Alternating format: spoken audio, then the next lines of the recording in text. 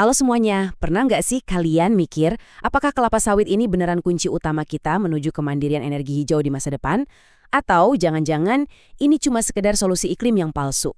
Nah, hari ini kita bakal nyelam ke dalam paradoks yang super menarik ini. Selamat datang di pembahasan kita kali ini. Hari ini kita bakal memetakan secara objektif tentang dorongan super agresif dari pemerintah Indonesia menuju energi berbasis kelapa sawit. Di satu sisi ada janji-janji ekonomi yang luar biasa besar, tapi di sisi lain kritik tajam soal lingkungan juga nggak kalah kencang. Ini dia peta perjalanan kita hari ini. Kita bakal mulai dari melihat ambisi B50 Indonesia, terus lanjut ngebahas teknologi bahan bakarnya, dan apa sih janji kemandirian energi dari pemerintah. Setelah itu, pastinya kita bakal seimbangkan perspektif dengan membahas ancaman ekologis dan konflik sosial yang terjadi di lapangan. Singkat, padat, dan jelas. Oke, kita langsung masuk ke bagian pertama, ambisi B50 Indonesia, di mana sawit akan diwajibkan di semua sektor. Coba kita perhatikan, betapa agresifnya jadwal yang baru aja diumumin sama Kementerian Energi dan Sumber Daya Mineral. Targetnya benar-benar ngebut. Pengujian untuk otomotif beres di bulan Mei 2026, lalu pengecekan mesin kelar di bulan Juni. Dan puncaknya, tanggal 1 Juli 2026, mandat B50 alias campuran 50% biodiesel sawit bakal diterapin serentak. Mulai dari mobil, alat berat, kapal, sampai pembangkit listrik. Nggak ada lagi cerita B40. Ini lompatan yang masif banget. Nah, buat paham seberapa besar dampaknya, kita masuk ke bagian kedua. Teknologi bahan bakar sawit. Kita harus ngerti sains di baliknya. Kuncinya di sini adalah bedain antara biodiesel standar atau yang sering disebut FAME sama green diesel canggih yang namanya HVO. Gampangnya gini, FAME itu diproses lewat transesterifikasi, dia masih ngandung oksigen, makanya ada batas maksimal kalau mau dicampur ke mesin biasa. Beda banget sama green diesel atau HVO. HVO ini diproses pakai hidrogenasi yang canggih banget, hasilnya itu hidrokarbon murni yang 100% identik sama solar fosil. Jadi, bisa langsung dituang dan dipakai tanpa perlu ngotak-ngatik mesin sama sekali. Praktis banget kan? Visi industrinya tuh luar biasa ambisius. Konsepnya adalah bikin kebun sawit jadi semacam lumbung energi terbarukan multigenerasi. Nggak cuma generasi pertama yang ngubah minyak mentah alias CPO jadi biodiesel loh, kebun sawit ini juga ngasilin biomasa melimpah. Bayangin, sekitar 16 ton bahan kering per hektar tiap tahun buat diolah jadi bioetanol generasi kedua. Bahkan, limbah cairnya atau POM itu bisa dipakai buat budidaya alga sebagai bahan bakar generasi ketiga.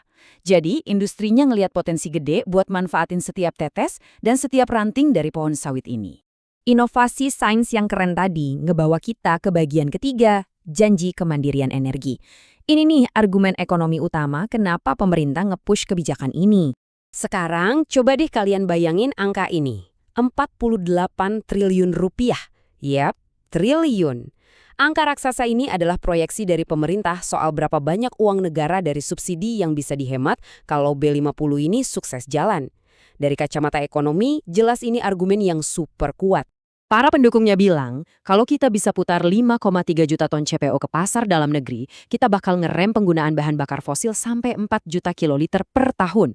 Tujuannya sangat gampang, stop impor solar dan kunci rapat-rapat kemandirian energi nasional kita. Kita bisa berdiri di kaki sendiri tanpa harus bergantung sama negara luar. Tapi tunggu dulu, seperti kata pepatah, selalu ada dua sisi koin. Kita pindah ke bagian keempat, ancaman ekologis dan emisi. Disinilah para peneliti lingkungan mulai angkat bicara.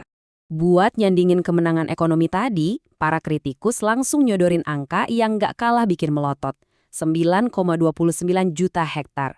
Itu estimasi luas lahan sawit baru yang dibutuhin sampai tahun 2025 murni cuma buat menuhin target B50 ini. Lahan seluas itu mau diambil dari mana? Nah, ini yang memicu kekhawatiran serius soal ancaman deforestasi. Dan disinilah letak paradoks iklim yang paling krusial. Riset nunjukin fakta yang cukup bikin geleng-geleng kepala. Memproduksi kelapa sawit di atas lahan gambut yang sengaja dikeringkan, itu ternyata ngasilin emisi 6 kali lipat lebih tinggi dari bahan bakar fosil itu sendiri. Niatnya sih mau pakai energi bersih, tapi ngeringin gambut itu ibarat ngebuka keran gas rumah kaca super besar ke atmosfer. Para aktivis lingkungan juga ngebantah narasi energi hijau ini pakai data kejatuhan ekologis. Catatan di lapangan nemuin kalau 91% dari 155 titik api kebakaran hutan tahu-tahu berubah status jadi lahan sawit. Kalau kita tarik mundur ke belakang, Kalimantan aja udah kehilangan 3,74 juta hektar hutan dari tahun 2000 sampai 2017. Lebih sedihnya lagi, pas alam kehilangan daya serapnya akibat deforestasi, efek dominonya langsung memicu banjir bandang parah, contohnya kayak yang sering bikin rugi petani di Jambi. Bergerak dari urusan alam, sekarang kita lihat dari kacamata manusianya di bagian kelima, konflik agraria dan sosial. Ada harga sosial yang cukup berat di sini. Data di lapangan ngebawa cerita yang cukup berat. Dari 150 konflik agraria yang belakangan ini tercatat, muncul angka yang bikin khawatir.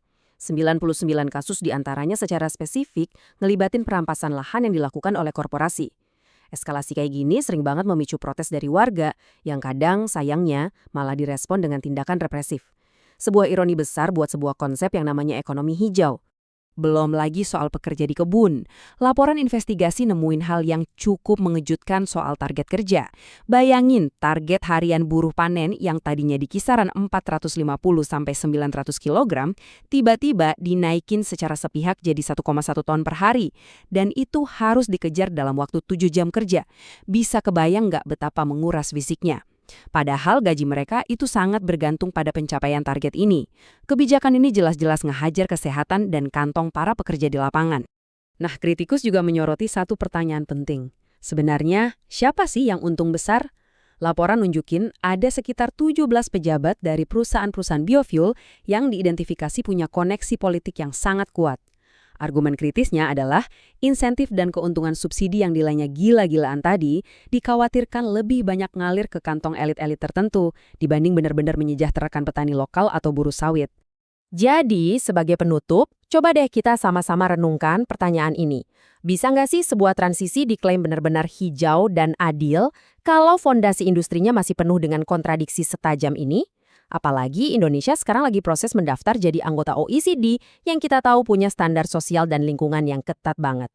Menurut kalian, apakah arah kebijakan ini beneran mewakili sebuah transisi berkeadilan? Selalu pahami datanya, pelajari dari dua sisi, dan jangan berhenti bertanya. Terima kasih udah nemenin pembahasan yang cukup berat tapi penting ini. Sampai jumpa di analisis kita selanjutnya.